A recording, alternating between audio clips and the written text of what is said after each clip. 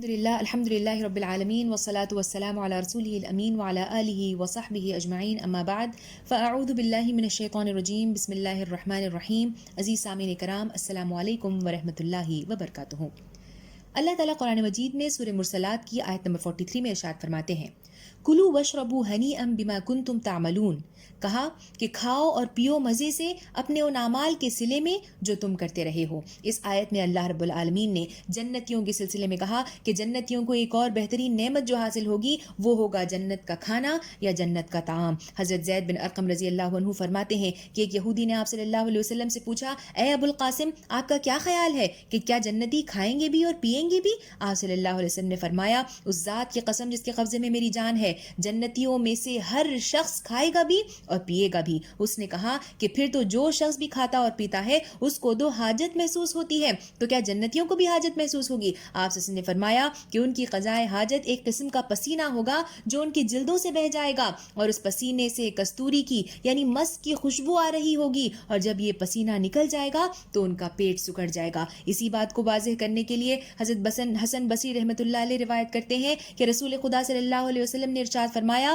کہ جنتی لوگ اپنی حاجت دو طریقے سے پوری کریں گے. ایک تو ہوگا وہ ڈکار یا برپ ہوگی کہ جس سے مشک کی خوشبو آ رہی ہوگی، اور دوسرا پسینہ ہوگا کہ جب وہ پسینہ نکلے گا تو مشک کی خوشبو آ رہی ہوگی. عزیز سامعین کرام، تصور کیجئے وہ جنت جو کہ خوشبوؤں سے معطر ہوگی. انسان بازار سے لوٹے گا تو خوشبو لے کر واپس لوٹے گا، انگیٹھی کو جلائے گا تو خوشبو آئے گی، اور جب حاجت بھی پوری کرے گا تب بھی جو ہے خوشبو ہی کے ذریعے سے اس کی حاجت پوری ہوگی. جس سے معلوم ہوتا ہے کہ جنتیوں کے لیے اللہ رب العالمین نے کھانے اور پینے کا بہترین انتظام کیا ہوگا.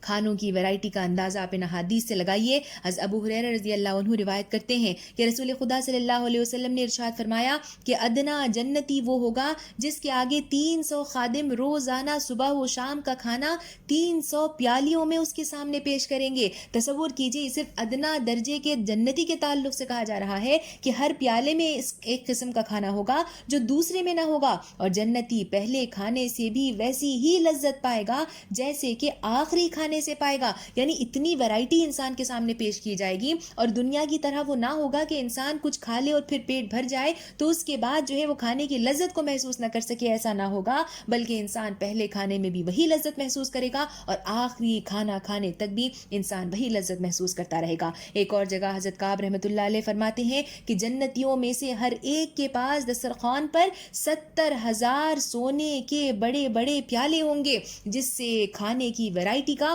ہم اندازہ لگا سکتے ہیں. ابن عبد الحکم رحمۃ اللہ علیہ روایت کرتے ہیں کہ رسول خدا صلی اللہ علیہ وسلم نے ارشاد فرمایا کہ جنت والوں میں سے ایک شخص لقمہ لے کر اپنے منہ میں جب ڈالے گا اور پھر لقمہ منہ میں ڈالنے کے بعد اپنے دل میں کسی اور کھانے کا خیال کرے گا، یعنی وہ کھانا جو اس نے طعام نہ کیا ہوگا، تو وہ لقمہ جو آلریڈی وہ اپنے منہ میں لے چکا ہوگا اس کھانے میں تبدیل ہو جائے گا جس کی اس نے تمنا کی ہوگی. سبحان اللہ. عزیز سامعین کرام، تصور کیجئے وہ باتیں جو سننے میں صرف میجیکل محسوس ہوتی ہیں، امپاسبل لگتی ہیں، وہ تمام چیزیں جو ہے انسان کو جنت میں میسر آئیں گی. حضرت صوبان رحمۃ اللہ علیہ فرماتے ہیں کہ یہودیوں کے ایک عالم نے آپ صلی اللہ علیہ وسلم سے سوال کیا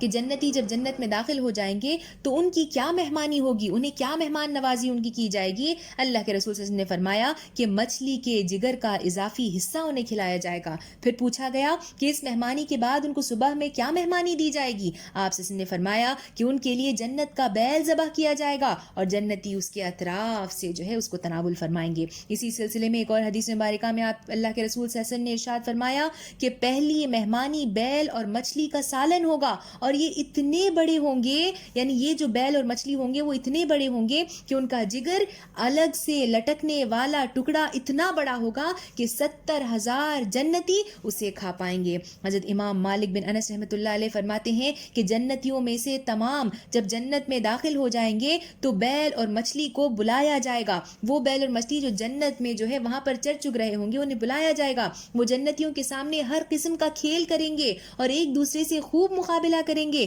جس سے جنتی لطف اندوز ہو رہے ہوں گے. پھر مچھلی بیل کو اپنے دم سے مارے گی، بیل مچھلی کو اپنی سینگ سے مارے گا، اور یہی ان کا ذبح ہونا ہوگا. پھر وہ لوگ ان کے گوشتوں کو کھائیں گے، جتنا ان کا جی چاہے گا جنتی اسے کھائیں گے، اور اس کے بعد ان دونوں کے گوشت میں جنت کی ہر چیز کا بہترین مزہ وہ پائیں گے. اللہ سورہ واقعہ کی آیت نمبر 21 میں ارشاد فرماتے ہیں وَلَحِمَ طَيْرٍ مِّمَّا يَشْتَهُونَ، اور پرندوں کے گوشت ان کے سامنے پیش کیے جائیں گے کہ جس پرندے کا چاہے وہ گوشت استعمال کر لیں۔ حسن بصری رحمۃ اللہ علیہ روایت کرتے ہیں کہ آپ نے ارشاد فرمایا کہ جنت کے پرندے بختی اونٹ، جسے بیکٹرین کیمل کہا جاتا ہے، جو کہ ایک بہت بڑا کیمل ہے اور بڑا جانور تصور کیا جاتا ہے، اتنے بڑے جنت کے وہ پرندے ہوں گے، اور جب وہ جنتیوں کے پاس آئیں گے تو جنتی اس میں سے کھائیں گے، اور پھر واپس سے کھانے کے بعد وہ پرندہ جس حالت میں پہلے تھا اسی حالت میں واپس تبدیل ہو جائے گا اور اڑ جائے گا، گویا کہ اس سے کبھی کچھ کم ہی نہ ہوا ہوگا۔ حضرت عبداللہ بن مسعود رضی اللہ عنہ روایت کرتے ہیں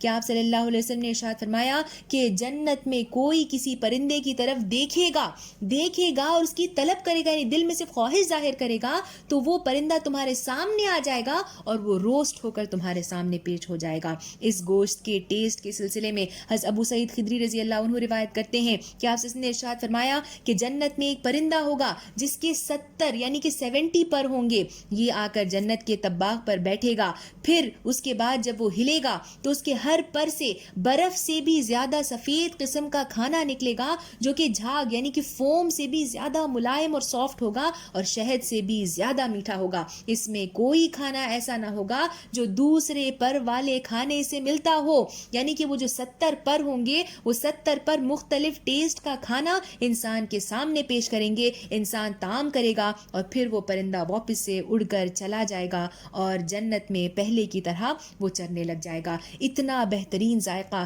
اتنا بہترین ٹیسٹ، اتنی بہترین ورائٹی اور اتنا بہترین طعم ہوگا جو اللہ تعالیٰ نے جنتیوں کے لیے تیار کر رکھا ہوگا۔ اللہ تعالیٰ ہمیں ایسی بہترین جنت کا حقدار بنائے، آمین۔ وآخر دعوانا ان الحمد للہ رب العالمین، والسلام علیکم ورحمۃ اللہ وبرکاتہ۔